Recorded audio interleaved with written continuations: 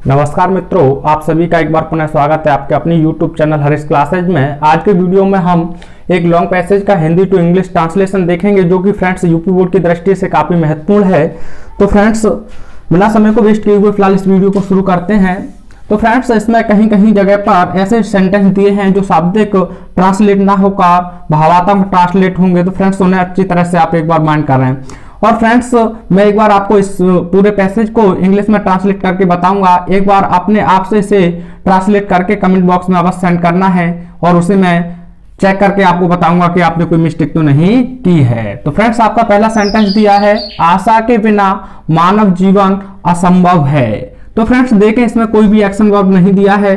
तो फ्रेंड्स है दिया है, यह सिंपल प्रेजेंट में है, तो हम सिंगुलर सब्जेक्ट के साथ इज और प्लूरल के साथ आर और आई के साथ एम का यूज करते हैं। अगर यह पास्ट में होता और कोई एक्शन वर्ब ना होता तो वॉज वर्ब का यूज करते।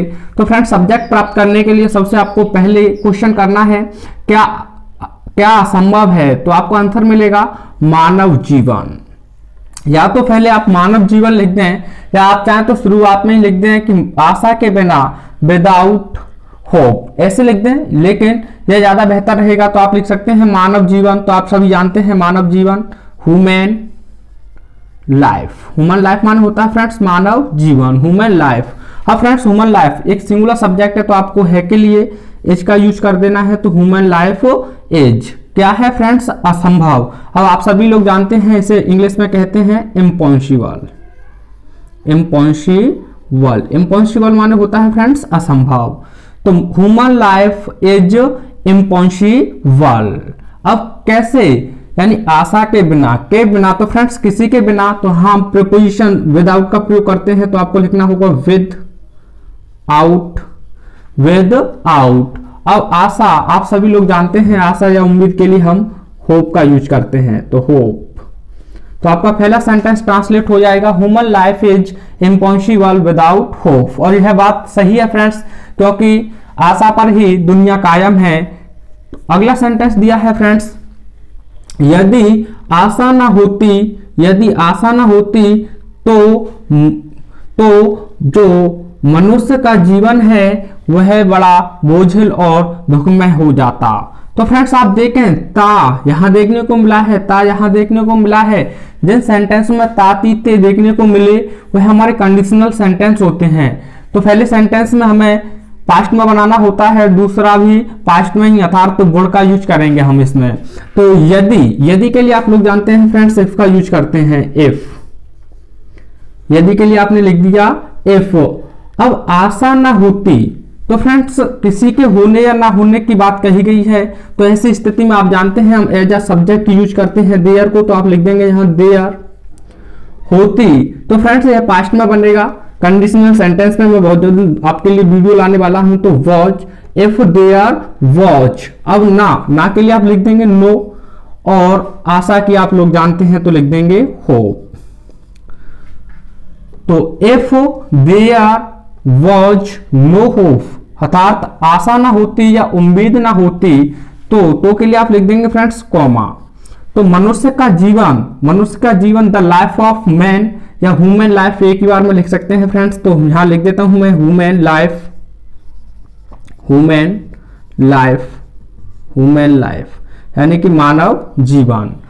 अब क्या हो जाता फ्रेंड्स, जाता। तो फ्रेंड्स पहला पास्ट में ले लिया है, तो आपको यहां वॉज का यूज, वुड का यूज करना होगा, क्योंकि वॉज आप लगा चुके हैं। तो वुड, ह्यूमन लाइफ वुड हो जाता, अर्थात तो बन जाता। आप चाहें तो यहां बिकम का यूज कर दें, बिकम, होना या बनना, तो become. Human life would become कैसा हो जाता फ्रेंड्स, बड़ा बोझिल और दुखमय।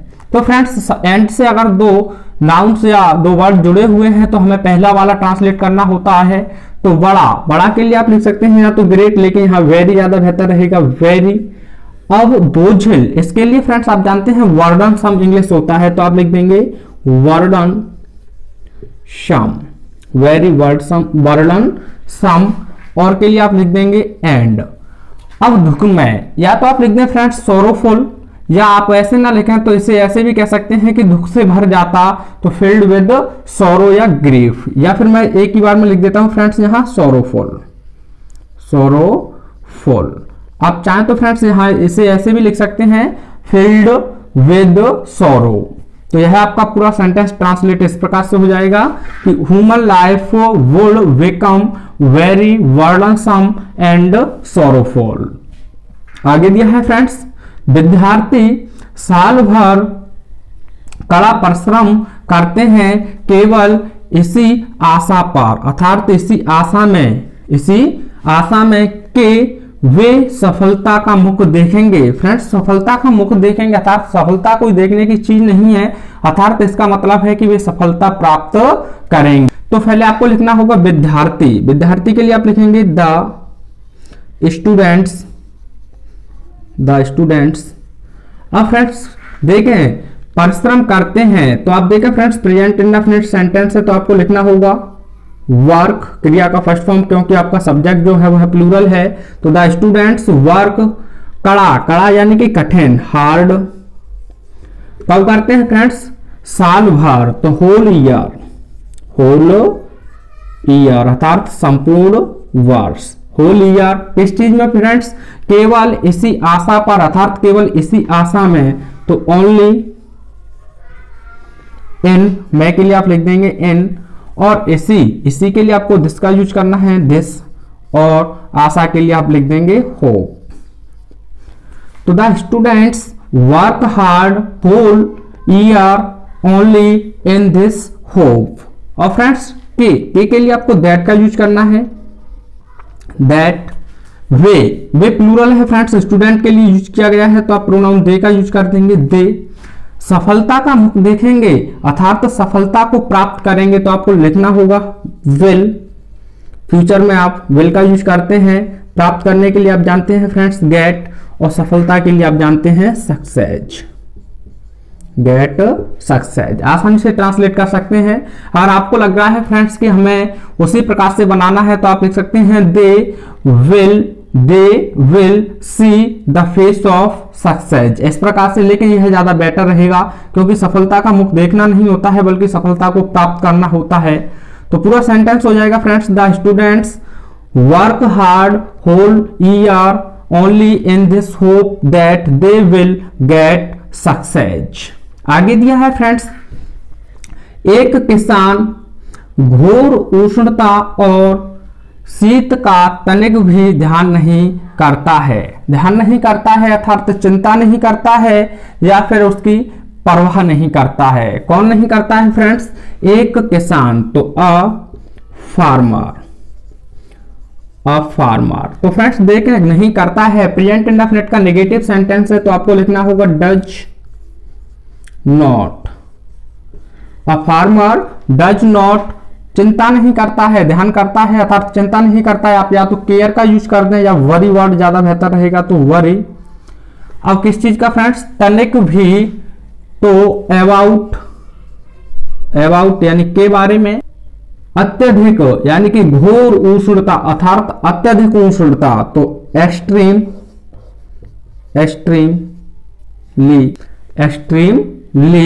अब आप जानते हैं उष्णता की कहते हैं फ्रेंड्स हॉट, एंड और के लिए आप लिख देंगे, और शीत के लिए आप लिख देंगे cold. A farmer does not worry about extremely hot and cold. तो एक्सपेंसिवली का भी आप यहां यूज कर सकते हैं। आगे दिया है फ्रेंड्स इसी प्रकार इन दिस वे या इन द सेम वे, तो आप लिख सकते हैं यहां इन द सेम वे या इन दिस वे, ऐसे भी लिख सकते हैं। तो इन द सेम वे। अब आपको देना है फ्रेंड्स कॉमा, व्यापारी लोग व्यापार में धन लगाते हैं, और आगे दिया है लगाते हैं केवल इसी आशा का आश्रय लेकर कि उनका व्यापार उनके लिए लाभकारी सिद्ध हो। तो फ्रेंड्स काफी घुमा फिरा कर कहा गया है। इस सेंटेंस का पूरे का कहने का मतलब है कि इसी प्रकार व्यापारी लोग व्यापार में धन लगाते हैं केवल लाभ प्राप्त करने के लिए, अर्थात इससे लाभ प्राप्त करने के लिए। तो यह पूरा इतना झमेला आपको नहीं लिखना है, केवल यह लिखना है कि द व्यापारी लोग के लिए आप लिख देंगे द मर्चेंट्स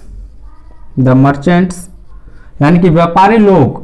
अब देखें फ्रेंड्स, आपका सब्जेक्ट हो गया कौन करते हैं? व्यापारी लोग।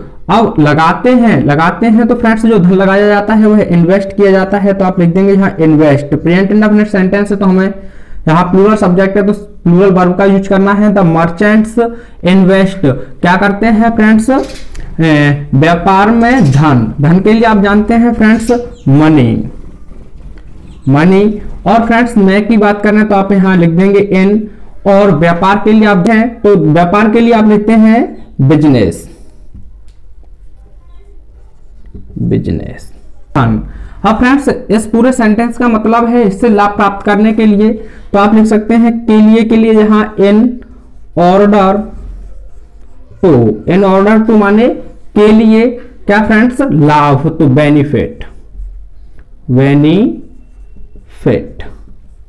अब किससे फ्रेंड्स, अपने व्यापार से, तो ऑफ इट।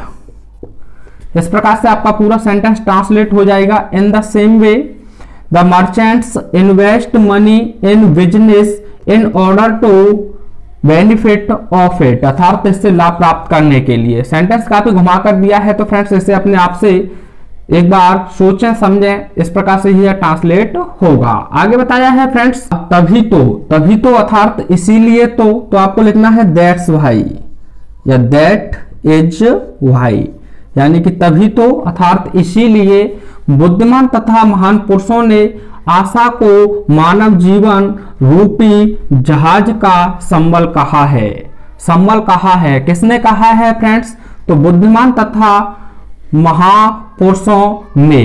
तो बुद्धिमान के लिए आप जानते हैं फ्रेंड्स आपको लिखना होगा इंटेलिजेंट,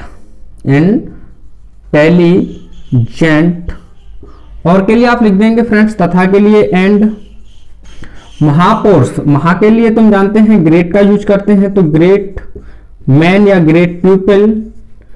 कहा है अर्थात कह चुके हैं, आपका प्रेजेंट परफेक्ट का सेंटेंस है, यहाँ आपका मैन प्लूरल है तो आपको यूज करना है हैव का। हैव किसे कह चुके हैं फ्रेंड्स, आशा को, तो हैव कॉल्ड द होप। अब क्या कहा है फ्रेंड्स, वह हमें कॉमा इन्वर्टेड कॉमाज में लिखना होता है, तो आपको कॉमा इन्वर्टेड कॉमाज में लिखना है कि मानव जीवन रूपी जहाज का संबल। तो संबल के लिए आप चाहे तो यानी कि सपोर्ट का यूज कर सकते हैं या सिंबल का कर सकते हैं, लेकिन जो वास्तविक इंग्लिश होती है वह होती है रडार। और फ्रेंड्स अब पीछे से लौटेंगे तो काकी के लिए आपको लिखना होता है ऑफ, यानी कि रडार ऑफ किस चीज का फ्रेंड्स, जहाज के लिए आप लिख देंगे शिप। और फ्रेंड्स मानव जीवन अर्थात मानव जीवन का, तो ऑफ ह्यूमन लाइफ, और कॉमा इन्वर्टेड कॉमाज में बंद कर देंगे। तो तभी तो दैट इज भाई, इसीलिए अर्थात इसीलिए तो intelligent and great man have called the hope rudder of ship of human life. तो फ्रेंड्स इस प्रकार से आप इसे अच्छी तरह से ट्रांसलेट कर सकते हैं। वीडियो को आप एक या दो बार पूरा वॉच कर लेते हैं तो मैं गारंटी के साथ कह सकता हूं आप इस पैसेज को अच्छी तरह से अपने आप से ही ट्रांसलेट कर लेंगे। Thanks for watching.